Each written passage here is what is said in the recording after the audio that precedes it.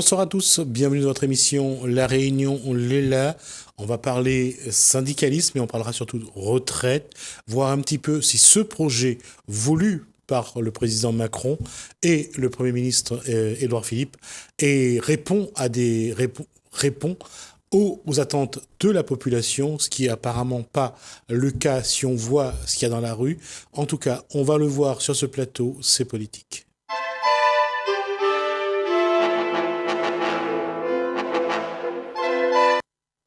Blaise Saint-Gy, bonsoir. Maximin Sabari, bonsoir. Bonsoir. Bonsoir. Et Philippe Bry, bonsoir.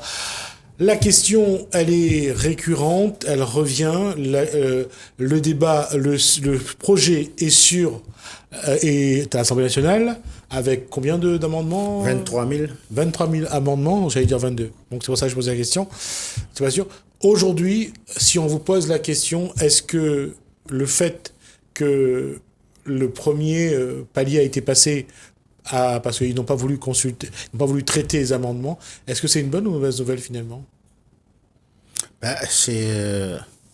Il va faire passer son budget comme à l'état pur, comme il l'avait, et il l'avait présenté.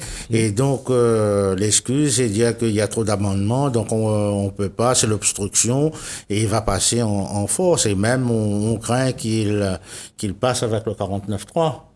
Oui, c'est ce qui est normalement qui est envisagé, puisque de toute façon, s'il y a une opposition, il mettra donc la fameuse article de la Constitution, le 49.3.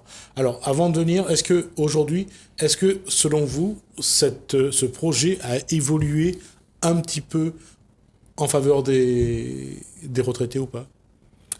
Alors, il y a certaines corporations qui étaient obligées de sortir, revenir dessus, donner satisfaction, mais sauf que le problème, c'est pas ça, c'est le problème est général, et les autres, ils retrouvent toujours dans le même cas. Donc, moi, je pense qu'il faut absolument que ce projet les retire. Si jamais il a fait passer le 49.3, il fait passer en force, et tout le monde y connaît, une affaire qui a été mise, et le prochain gouvernement, il peut défaire. Donc, c'est à nous aussi de pouvoir changer la donne dans les urnes. Et déjà, nous avons l'occasion, le 15 et le 22 mars, de donner un coup de semonce et bien fait comprendre à lui que nous ne voulons pas de lui au gouvernement, parce que nous n'avons jamais eu un président comme ça. Où on a au compte, ça fait plus de 65 jours que de monde, il mange pas là en grève, il tient beau. Là, jamais arrivé. Bon, danser à l'opéra, là, en grève. Moi, on a des corporations, des avocats là, en grève. On l'a jamais vu. Depuis 1000 militaires, on l'a jamais vu, ces bonnes corporations-là en grève. Aujourd'hui, c'est qu'il y a un malaise incroyable dans la vie. Donc, moi, j'espère que de mon écoute à nous ce soir, je remercie TV Créole d'avoir donné nous la parole, qu'il prend un peu notre destin en main, parce que n'est pas fini, parce que je pense que Maximin va donner la suite, va expliquer à tout ce qui va venir après la loi. Il y a encore des choses vraiment atroces, comme il voit mon camarade retraité, c'est un collègue, Blaise Saint-Gy, qui était avec moi à la mairie de Saint-Denis. Maintenant, il est à la retraite, mais il dit à moi, Didier, mais on peut plus. Mais je pense que lui pourra expliquer son problème, son vécu, puisqu'il y est dedans, il est dedans, et encore, il a pas, comment dire ça? Il a pas passe dans la réforme, mais il y a quand même des points que va arriver, va toucher à lui, va impacter à lui dessus. Avant de me poser la question, je vais demander à Philippe Bry, est-ce qu'aujourd'hui, dans le travail, les boucs, madame, les prêts pour partir à la retraite, il veut reculer un petit peu ou il a toujours envie d'aller à la retraite ? Moi, une famille n'a pas vraiment de questions à table ce week-end, mais il y a des gens comme ça, ils préfèrent traîner dessus le travail que d'aller en retraite. Parce que la réforme, il fait tracasser ça de bon peu, et surtout, on a des amis déjà partis et dans des prix dans. D'accord, Jacques. Ouais, d'accord, Jacques, comme dit. Ben Saint-Gy, aujourd'hui, combien de temps vous êtes parti à la retraite ? 1 an. Et depuis un an, mois de mars. Et depuis, pour comment ça se passe ? Or, pour moi, il est dur. Parce qu'avec ça qu'on gagne, et les impôts, ils n'arrêtent pas d'augmenter. Et là, on parle de la taxe foncière et la taxe foncière et la taxe d'habitation. Et le gouvernement, il croit au mange béton et qu'au mange à case, donc chaque instant, ça augmente. Mais où arrive, où survit, avec une retraite qu'on gagne, où survit actuellement. Où vivent pas. Parce qu'à un moment, il dit, moi, s'ils vivent avec une retraite, il faut lui toucher 2000, 2500 euros par mois minimum. On a un loyer? Non, on n'a pas de loyer. Et aujourd'hui, quoi est difficile? C'est de restreindre à où? Bah oui, parce que où vous avez l'habitude de manger, normalement, aujourd'hui, il faut ou veille ou de budget, que ce soit le budget nourriture, que ce soit le budget loisirs, il faut restreindre surtout. Il faut faire très très attention pour ne pas arriver dans le rouge. Et il y en a des jours, vous connaissez, il y en a des mois où on arrive dans le rouge. Hein. D'accord. Et dans le projet que l'on a sur le bureau de l'Assemblée nationale, quoi on craint pour aujourd'hui? Qu'il réduit encore notre retraite? Ah oui. Normalement, ce que le gouvernement il prévoit, c'est de réduire les retraites et encore plus. Parce que depuis qu'on a gagné la retraite, tous les jours, on perd un petit peu dessus. Il dit, ah oui, ça c'est pour la Sécu, ça c'est pour ici, ça c'est pour là-bas. Elle a diminué depuis qu'on a gagné. Et plus que ça va, mais on a l'impression que ça va encore diminuer. Et les gens qui vont arriver derrière, ben, ils créent un autres encore plus fort que moi. Parce que les pas sûr que les autres, ça gagne une bonne retraite. Maximin, ça, on l'a vu, Maximin Savary, on l'a vu ça pour les dockers à Duport, pour ce qui avait été le corps ou l'accord, qui a été créé donc pour mettre les dockers dedans. On a vu que à la fin du mois, plusieurs allaient retourner à la sécurité sociale pour essayer de comprendre pourquoi ils avaient si peu de retraite. C'est ça qu'il faut craindre pour les salariés à venir? Déjà, dans la territoriale, ça que les important, c'est que quand on est titulaire, on prend la retraite, on perd l'indexation. Ça veut dire qu'on revient au salaire de base. Et c'est 70% du salaire de base. Donc, on perd déjà 53% qui traversent à la trappe. Donc, sur le restant, c'est 70%. Donc, aujourd'hui, c'est tout à fait normal que notre camarade n'ait de gros problèmes parce que on passe d'un salaire de 1200, 1800, voire 2000 à 600, entre 600 et 900 dans les cas. Parce que tout va dépendre également quand la personne a été titularisée. Alors, c'est pire encore pour la catégorie qui travaille dans les écoles. Et donc, aujourd'hui, la retraite, même sans la réforme de Macron, la retraite se réduit.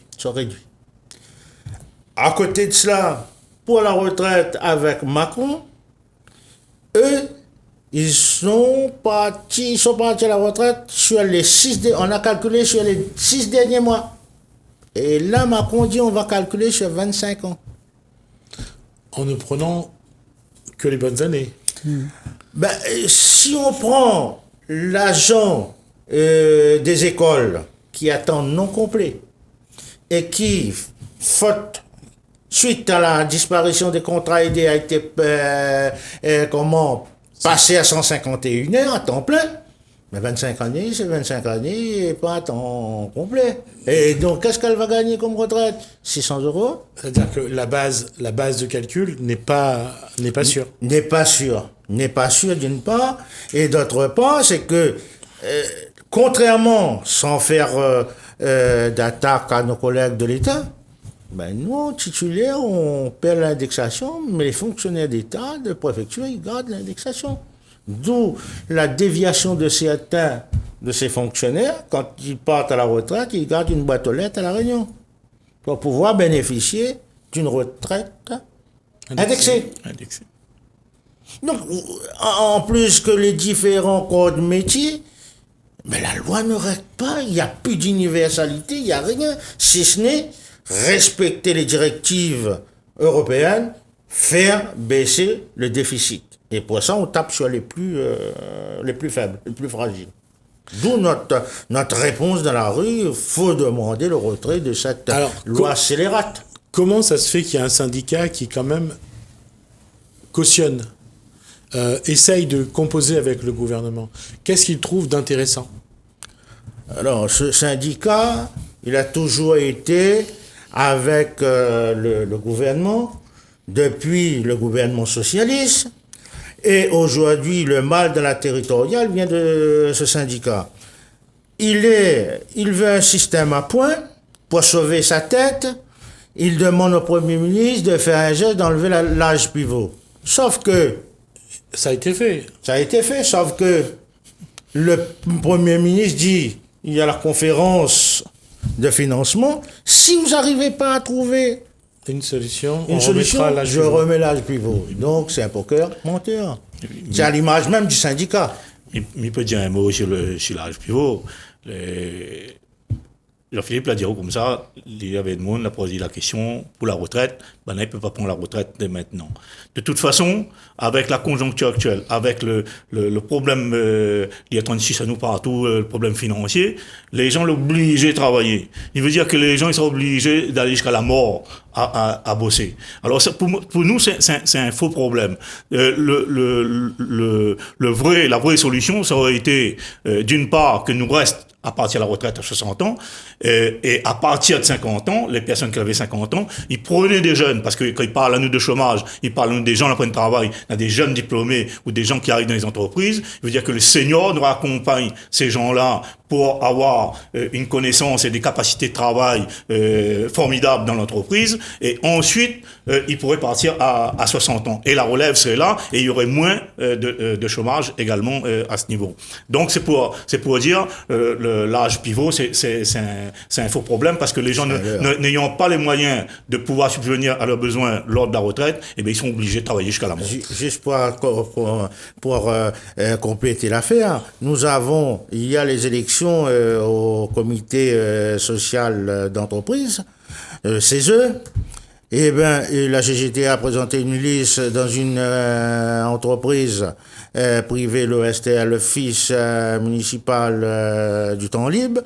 Eh bien, nous avons fait carton plein où ce syndicat était là depuis plus de 20 ans. Les travailleurs commencent à comprendre le rôle joué par ce syndicat dit réformiste. Ma question à Blaise Saint-Gilles, c'est est-ce qu'aujourd'hui, ou envisage de reprendre un travail parce que on n'a pas assez de moyens pour vivre? Pas dans l'immédiat, mais oui. Oui, mais il faut m'y trouver quelqu'un qui l'ait adapté à... Est-ce que vous pouvez percevoir une retraite et avoir un travail à côté? Si, mais il peut percevoir une retraite et avoir un travail à côté. Mais qui dit travail à côté, le gouvernement va encore ponctuer sur ce que vous avez gagné dans le deuxième travail. Voilà, c'est ça. Il va ponctuer sur votre retraite, il va reponctuer sur le travail. Là, aujourd'hui, les diaos, ils mettent une retraite à point. Quelle est la valeur du point? Ça, il l'a jamais dit, ça. Personne ne connaît pas la valeur du point que les va mettre en place. Ouais, il y aura des points, on va calculer sur les points, etc., etc. Mais qui connaît la valeur du point? Personne ne le sait. Et il n'a pas dit non plus. Et il n'a pas dit non plus.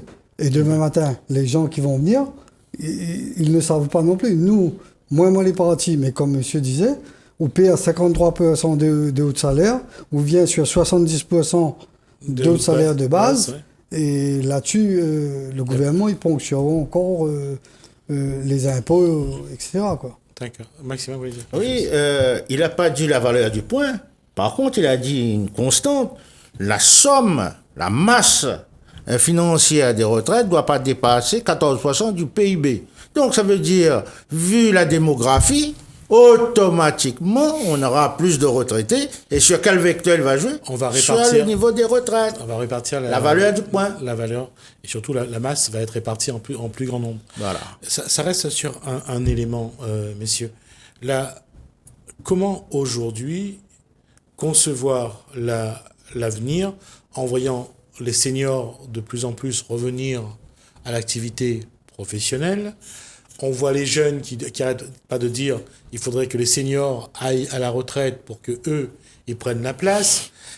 Entre une posture politique qu'ont la plupart du temps le gouvernement et les politiques et la réalité, comment vous concevez cette réalité-là? Comment vivre décemment dans une société où, quand on part en retraite, il faut revenir travailler parce qu'on n'a pas le choix? On n'a pas le choix. Et comment faire en sorte de laisser aussi la place à ceux qui ont envie de travailler?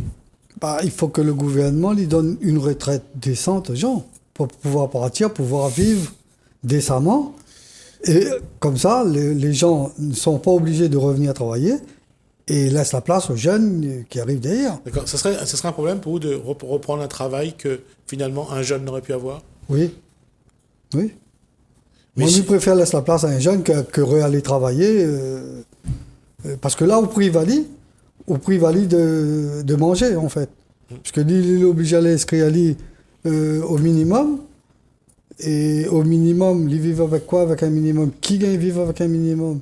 Quand il a fini de payer un loyer, l'eau, l'électricité, s'il a la chance d'habiter chez ses parents, d'accord. Mais s'il n'a pas la chance d'habiter chez ses parents, il faut lui retrouver un loyer, l'eau, l'électricité.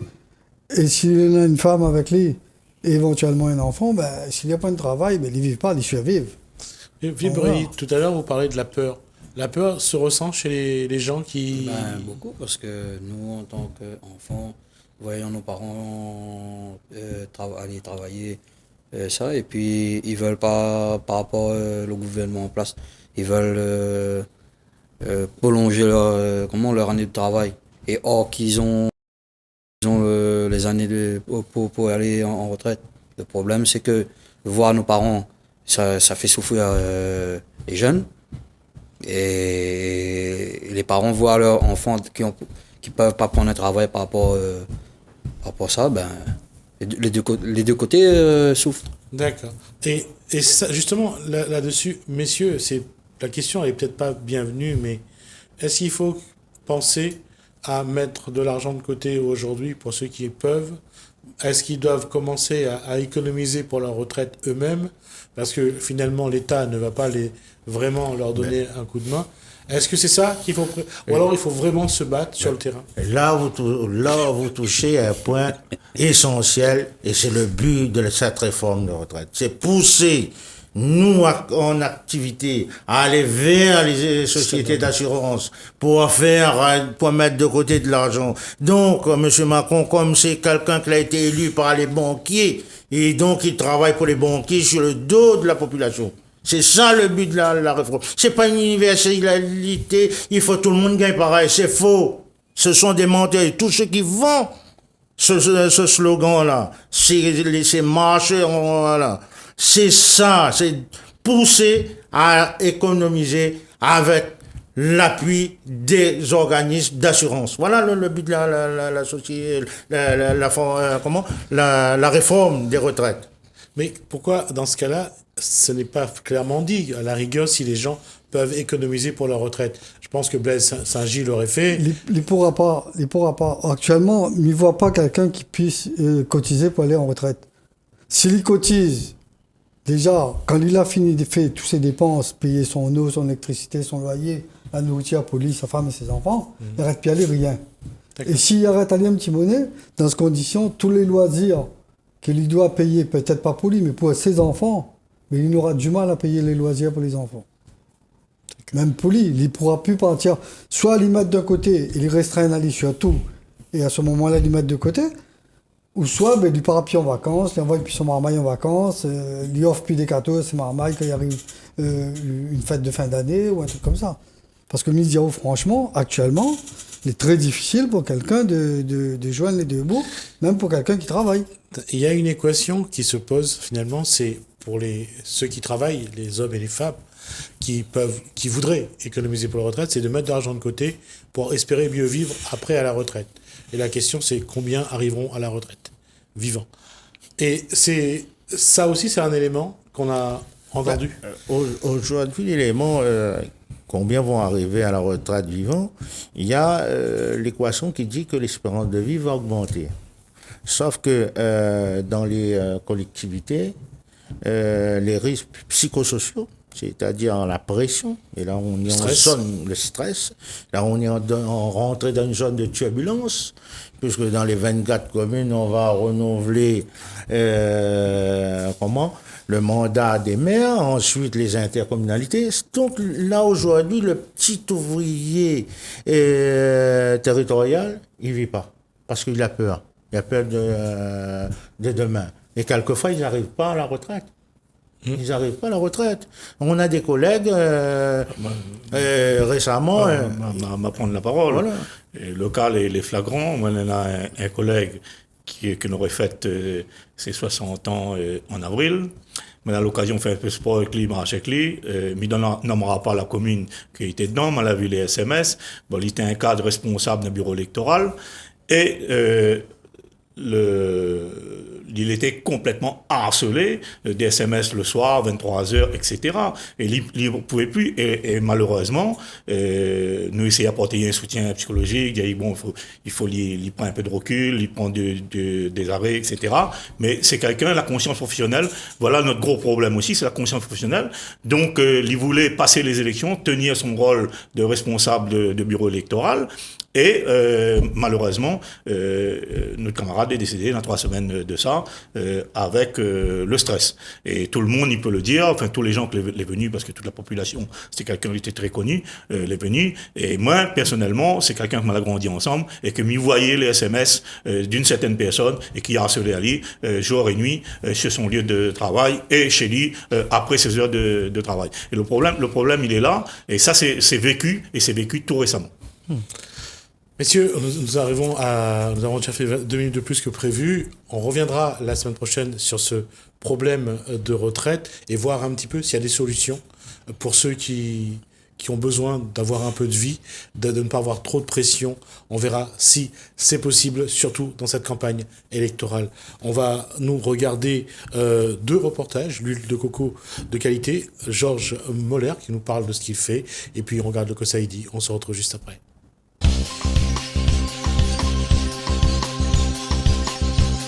ABCD, maman, ABCD, ABCD. Aujourd'hui, c'est où qui produit l'huile de coco? C'est aussi garder un lien avec notre passé. Ah oui, oui, oui. Là, mes fabricants, moi-même, mais bon, c'est pas évident. C'est dur, on va faire la machine d'esprit. Il rapalit tout ça là, mais il laisse reposer, il perce pour faire de l'huile, il chauffe à la poêle. Bon, c'est vrai, dans un monde quand il vient acheter, là, une semaine après, quand il repasse, il dit franchement, de l'huile est efficace. C'est comme elle a de mon écoute, toute qualité d'affaires. Mais moi, je fais ça avec l'amour, moi, voilà. C'est avec la volonté.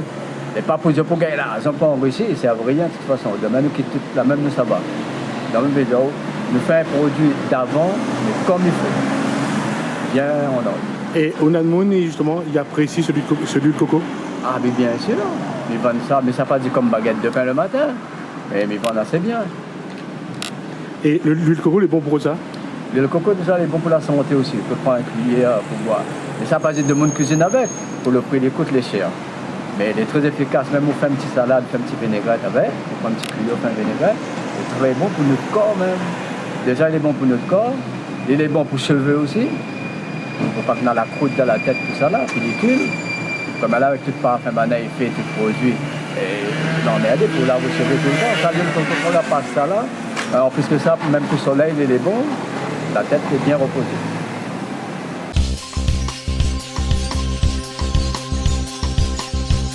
ABCD, maman, ABCD, ABCD, maman, ABCD, ABCD, voilà, me connaît mon alphabet.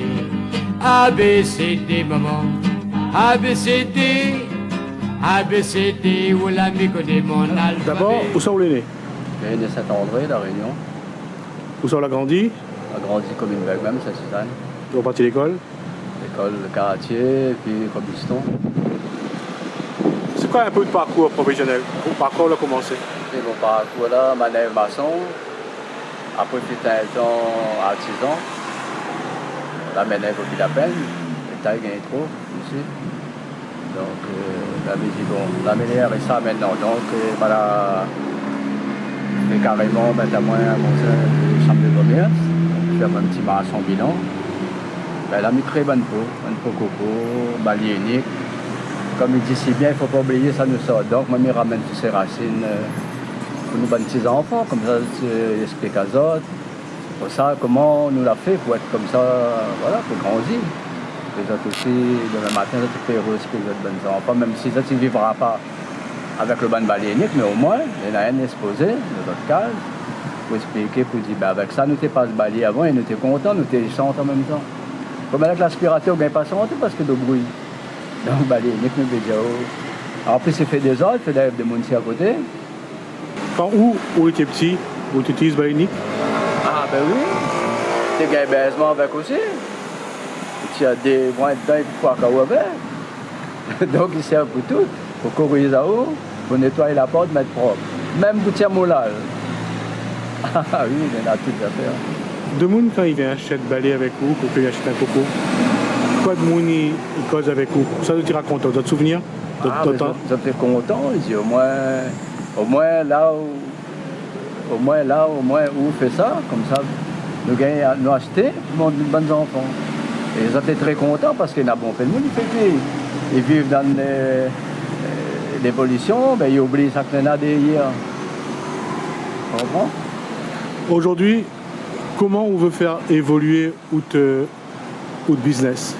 Ben, peut-être pas un business, mais pour moi, c'est déjà pour qu'il montant. On a cassé la case qui montant.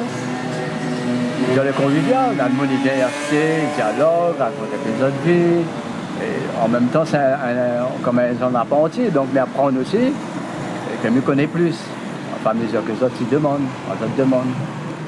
Quand on voit que le monde, finalement, n'a pas obligé de passer, vous pensez qu'il faut travailler là-dessus, c'est-à-dire que nous rappelle à nous, où ça nous sort, qui ça nous l'est? Bien sûr, il n'oublie pas la racine. Tout ça là, il ne faut pas oublier, au contraire. Là, sur ça, dans l'évolution, ben, demain matin, on ne connaît plus rien. Au contraire, il faut mettre ça en avant. Moi, les poids. On va faire ce métier-là, Comme ça, mais j'espère qu'on aura d'autres mondes aussi passer à côté, parce que ce n'est pas éternel. Donc, ça sera bien. Quoi, Georges Moller, il voudrait laisser pour son marmaille et pour son bon petit marmaille, comme souvenir et comme héritage? Ben, comme héritage, c'est mon savoir, mon travail que je fais, que ça, tu continues à avancer là-dedans. Comment vivre avec ce que l'a été avant, vivre aujourd'hui et penser à demain? Comment vous pensez à où? Ben, même pour faire la vie d'avant, même moi. Même s'il a bien... Si, mais content d'un téléphone comme elle a, ou qu'il fait Messenger, ou qu'il appelle loin, ou à la personne, je vais dire le bien. Mais dans le bien, il ne faut pas penser, le primordial, au sein nous sort. Ça est toujours en nous, ça. Que vous veut ou veut pas, on a des souvenirs. L'ordinateur n'est pas effacé, on sera en meilleur dépôt au machin. Notre cerveau, personne n'est effacé. Donc, le cerveau, c'est une affaire enregistrée. Je me souviens même quand j'étais petit, je jouais avec vous, tout ça à l'école, j'ai fait toute qualité d'affaires ensemble. A, B, C, D, maman, A, B, C, D, A, B, C, D, où l'ami connaît mon alphabet.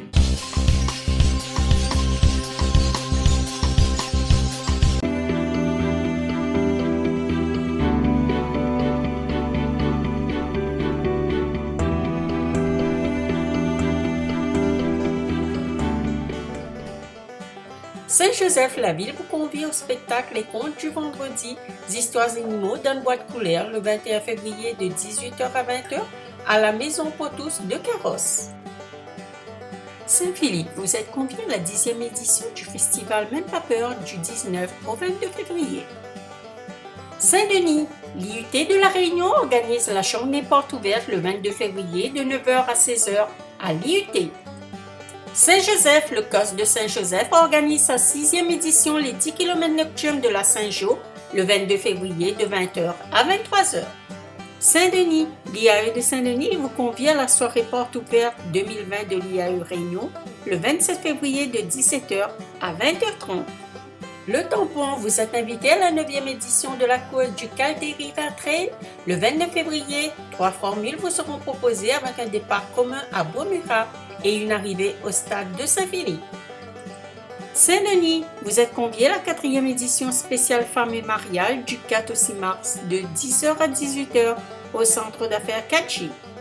Saint-Pierre, vous êtes invité à la 4e édition des Francopholies de la Réunion du 6 au 8 mars à la Ravine Blanche. Saint-Denis, le parc des expositions de Saint-Denis organise la 2e édition du Salon de la Ferme en ville, le thème de la terre à l'assiette, du 6 au 8 mars au parc des expositions de la Nordève à Saint-Denis. Tarif 5 €.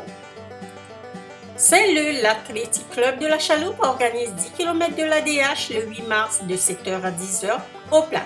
Départ 7h au stade municipal, chemin de la découverte au Plat de Saint-Leu. Saint-Paul, l'espace culturel Le Comte de Lys organise le festival Criquet Craquet du 11 au 13 mars. Saint-Benoît Tropicadène vous convie à son Tropicadène Kids, parcours ludique à obstacles pour les enfants de 6 à 13 ans, les 28 et 29 mars à 14h à la Rivière-des-Roches, Saint-Benoît. Saint-Joseph Margot Run organise le Bidalo le 29 mars à Saint-Denis. Saint-Joseph Saint-Jean TD2R organise Saint-Jean-Trail des Deux-Rivières le 4 avril de 3h à 20h. Départ le gymnase Henri Ganowski. Saint-André Miss Tamil Réunion organise la finale Miss Tamil Réunion 2020 le 11 avril à la Saléance de Saint-André. Plus de renseignements au 06 93 496 469. Saint-Denis, vous êtes conviés à la 32e édition du Salon de la Maison du 1er au 10 mai de 10h à 19h au Parc des Expositions de la Nordève à Saint-Denis. Saint-Pierre R3R organise sa 3e édition de manifestation Caisse à savon course la MOP le 3 mai de 9h à 19h. Saint-Paul, le Trail Rente de Passion organise le Trail Charrette le 17 mai à Saint-Paul. Saint-Pierre, vous êtes conviés à la 17e édition du Sakifo Music Festival du 29 au 31 mai à la Ravine Blanche, Saint-Pierre. Saint-Denis, vous êtes conviés au Salon des Seniors Réunion du 12 au 14 juin de 9h à 18h au Parc des Expositions. Salazie, vous êtes conviés à la fête du chouchou du 12 au 14 juin sur le champ de foire de Helbourg. Saint-Paul, la Team Léla organise sa 4e édition de course La Boucle Parapente le 23 août de 6h à 12h30. Saint-Leu, l'Athletic Club de la Chaloupes vous convie à la course des artichauts le 15 novembre de 7h à 20h. Lieu de départ et d'arrivée, stade municipal du Plat de Saint-Leu.